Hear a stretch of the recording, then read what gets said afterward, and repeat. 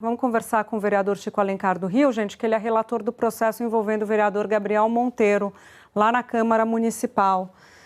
Vereador, bom dia, bom receber o senhor aqui. Muito obrigada pela sua presença. Começo perguntando qual é o trabalho que o senhor tem a partir de agora, né? Quanto tempo o senhor tem para apresentar esse relatório, quem que o senhor pretende ouvir e até quando ele deve ser apresentado, na verdade. Bom dia, Júlia. Bom dia, Otávio. Prazer, Júlia. Quanto tempo, hein? Muito Otávio tempo, é mais muito próximo tempo. aqui, territorialmente e no sentimento do mundo comum.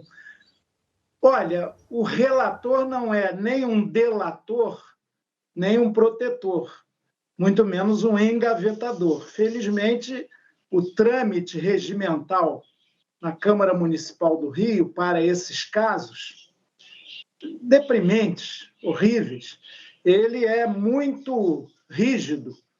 A partir do momento em que nós temos a representação aceita pela Comissão de Justiça e Redação, e como ontem fizemos alguns aditamentos, porque cada dia aparecem novas denúncias gravíssimas, a Comissão de Justiça e Redação vota a admissibilidade dessa representação contra o vereador Gabriel Monteiro na segunda-feira que vem. Já na terça, o Conselho se reúne, no pré-carnaval aqui do Rio.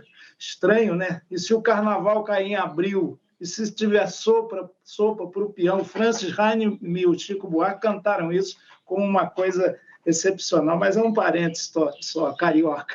Mas, a partir daí, a gente notifica o vereador, a partir da terça, ele tem 10 dias para apresentar sua defesa, e após essa defesa, em geral, os denunciados usam o tempo todo, porque querem aquela velha história, tradição brasileira também, que nem o toma lá da cá, empurrar ao máximo qualquer processo.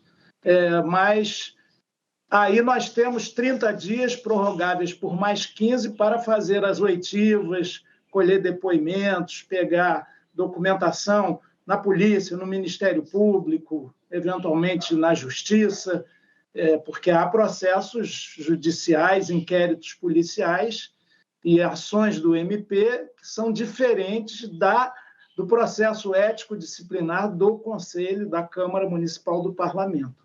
E aí eu apresento o relatório após esse período e o Conselho vota. O relatório não será meu, será do Conselho.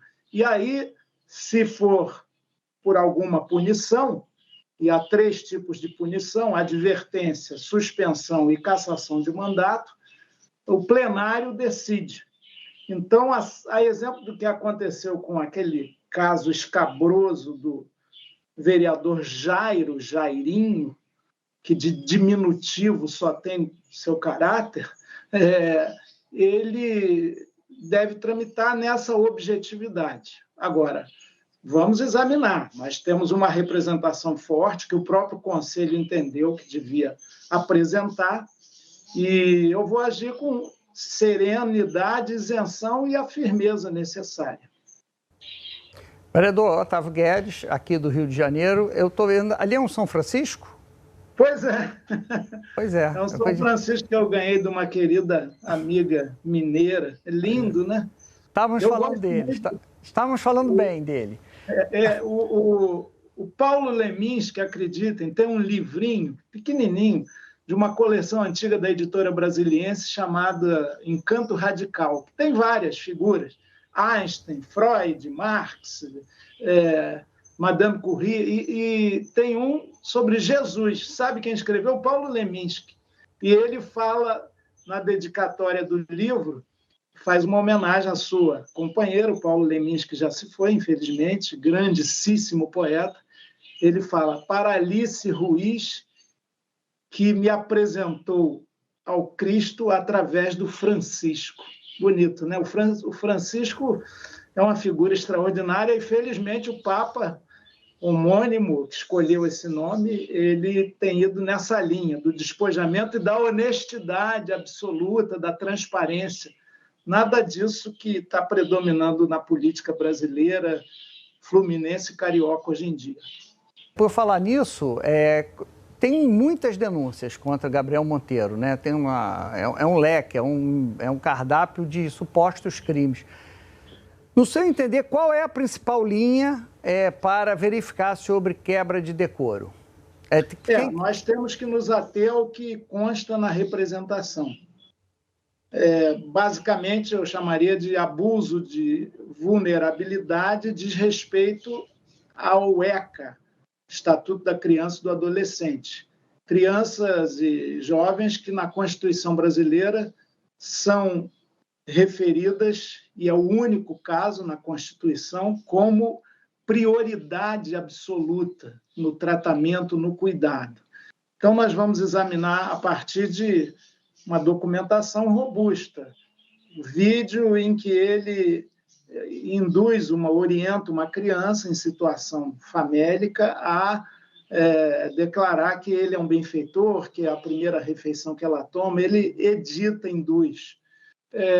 Um segundo, que é esse mais recente, de uma outra criança que ele ampara, supostamente, e tudo isso vira vídeo de alta repercussão, como uma figura individualmente caridosa, benemérita, mas ele tem uma relação de exposição da menina, que estaria com piolhos, ele botou isso nos próprios canais dele, e a gente sabe, criança que tem piolho é, em geral, muito discriminada no ambiente escolar, entre os amiguinhos. Quem foi criança ou quem tem filhos e netos sabe disso. Isso é exposto o tempo todo. Além do mais, ele tem uma aproximação com a criança que é de todo questionável, né? Beijinhos no pescoço e um carinho muito forte. Nós vamos examinar isso também. Um terceiro elemento é o da utilização de um morador em situação de rua para forjar um assalto, um roubo de uma bolsa de uma passante, e em troca de dinheiro para ele é negociada essa ação, essa atuação artística, entre aspas, do morador de rua, e depois há uma confusão, o morador fica meio indignado com o esquema, e um assessor do Gabriel o empurra, o joga no chão, uma cena também muito deprimente, deletéria. E, por fim, um outro elemento que vai ser examinado, o objetivo é o da denúncia do Ministério Público sobre a filmagem de uma relação sexual com uma menor de idade. Por mais que tenha sido consensual, como ele alega, e que ele não tenha divulgado o vídeo, é crime, sim, você fazer um vídeo de menor nessa situação, simplesmente fazer. Então, tudo isso vai ser examinado à luz do que entendemos como ética e decoro parlamentar. Ética é a estética de dentro, são os valores que quem exerce, sobretudo, o mandato público tem que praticar. Respeito, caráter, honestidade, transparência, austeridade. E decoro é dignidade humana no exercício da representação, do mandato. Ou seja, ter uma relação cuidadosa com todas as pessoas e não midiática, espetaculosa, né? Isso tudo é muito ruim. Vamos examinar, ele terá amplo direito de defesa, como tem que ter, desde já, né, com a resposta à própria representação, em 10 dias, e depois vamos fazer as oitivas e o processo vai caminhar com serena firmeza e isenção. Não tem questão partidária, não tem ideologia propriamente dita, porque ele como é mesmo, do PL agora, bolsonarista, isso não tem nada a ver. A gente vai julgar possível atentado à ética e ao decoro parlamentar. Vereador, queria ouvir o senhor. A gente está tratando desse caso do Gabriel Monteiro, no Rio. Há pouco a gente tratou do caso do deputado estadual Arthur Duval, aqui em São Paulo. Aliás, daqui a pouco tem entrevista com o presidente da Assembleia de São Paulo, tá? Sobre esse caso, já avisando aqui o nosso telespectador. E nesses dois casos, é a ascensão de gente que veio das redes sociais, que não era da política tradicional, que surfou nesse sentimento que teve o seu ápice, talvez, em 2018, da antipolítica, do antissistema, etc. O senhor é um nome da política tradicional. O senhor está fazendo política há muito tempo e acompanhou a chegada desses nomes novos, né? Como é que o senhor vê a eleição de 2022? O senhor acha que já há uma exaustão desse tipo de pessoa que se coloca como a nova política? Ou o senhor acha que ainda veremos integrantes das redes sociais, youtubers, influencers, conseguir cargo político? Bom, Júlia, eu estou na política desde que nasci, como todos nós, né? Eu sou, inclusive, filho da transição do Brasil rural para o urbano. Minha mãe é do interior de São Paulo, cidade que você conhece, eu sei, Santa Rosa de Viterbo, e meu pai é do Alto Longá, no Piauí. Então, todos nós temos um contexto sociopolítico que nos constitui. Você também disse que eu sou da política tradicional, mas eu não sou defensor da tradição família e propriedade no sentido reacionário e conservador. As boas tradições, como, por exemplo, o cristianismo, no que celebra a Páscoa como libertação, essa semana, eu cultivo, acho muito boas, mas há tradições que têm que ser superadas, porque implicam em discriminação, preconceito, atraso. Essa nova política também pode ser um embuste. Nós vivemos uma realidade nova das telecomunicações. O próprio modo como a gente está conversando aqui, vocês me entrevistando, é revelador disso. Eu estou aqui em casa, no meu computador, pedi um link e estamos conversando. Isso é fantástico. Há 15 anos atrás isso seria impossível. Então, há um avanço tecnológico das comunicações, compressão de tempo e espaço, mas também essa democratização do acesso e da comunicação, ela traz um elemento que é próprio da sociedade liberal capitalista extremamente individualista, que é a youtuberização da política, que é a individualização, que já é um fenômeno mais antigo. Não há mais coletivos, sujeitos construídos coletivamente, partidos com ideologia, eu quero uma para viver, com doutrina, com programa, visão de planeta, visão de país, propostas.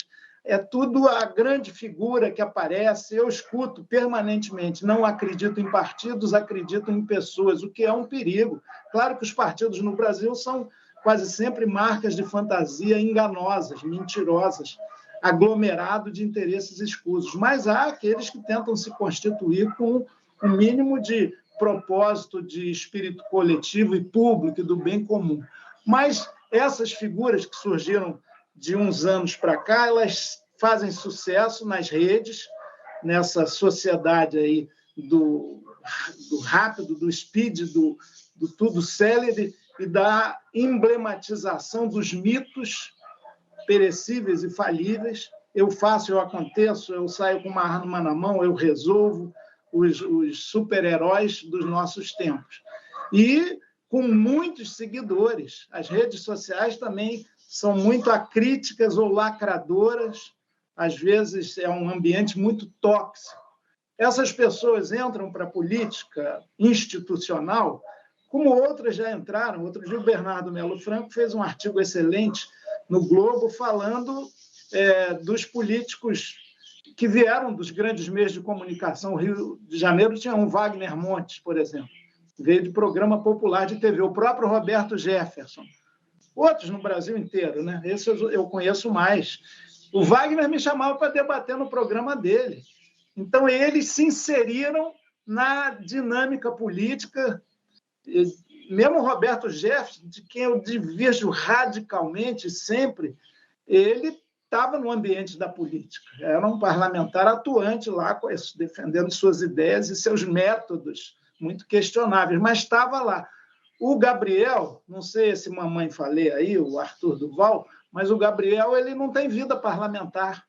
Ele rarissimamente apareceu em plenário, ele cuidava mais do seu negócio particular, inclusive, ao que se denuncia, transferindo recursos do seu gabinete particular para a sua atividade empresarial, coisa que agora, em primeira votação, virão outras, de modificação da Lei Orgânica Municipal do Rio, a gente vai vedar você fazer vídeos com fins lucrativos para relatar, publicizar de maneira sempre espetaculosa algo que é inerente à sua condição de parlamentar. Estimam alguns que ele ganhava até R$400 mil por mês com essa atividade youtuber, e agora com gabinete parlamentar que, ao que se denuncia, era usado também para isso. Um gabinete que não era permanente. Então, eu acho que esse fenômeno ele vai começar a minguar porque os seus representantes tem tido uma atuação, no mínimo, extremamente questionável, e o povo vai percebendo, não é por aí que se renova nada. Vereador Chico Alencar, muito obrigada pela sua presença. Saudade de Santa Rosa de Viterbo, faz anos que eu não vou para lá. Um beijo para o senhor, até a próxima. Obrigado, querido. Obrigado, Otávio. Santa Rosa está à disposição. Eu tenho um pedacinho de pé de serra lá, precário, né? Não é um condomínio das mansões, mas é um pedaço de querência, muito amoroso. É que a Justiça Paulista determinou que todas as crianças e adolescentes em internatos de escolas do Arautos do Evangelho voltem para casa. Integrantes do grupo católico conservador são alvo de denúncias como humilhação, assédio e estupro.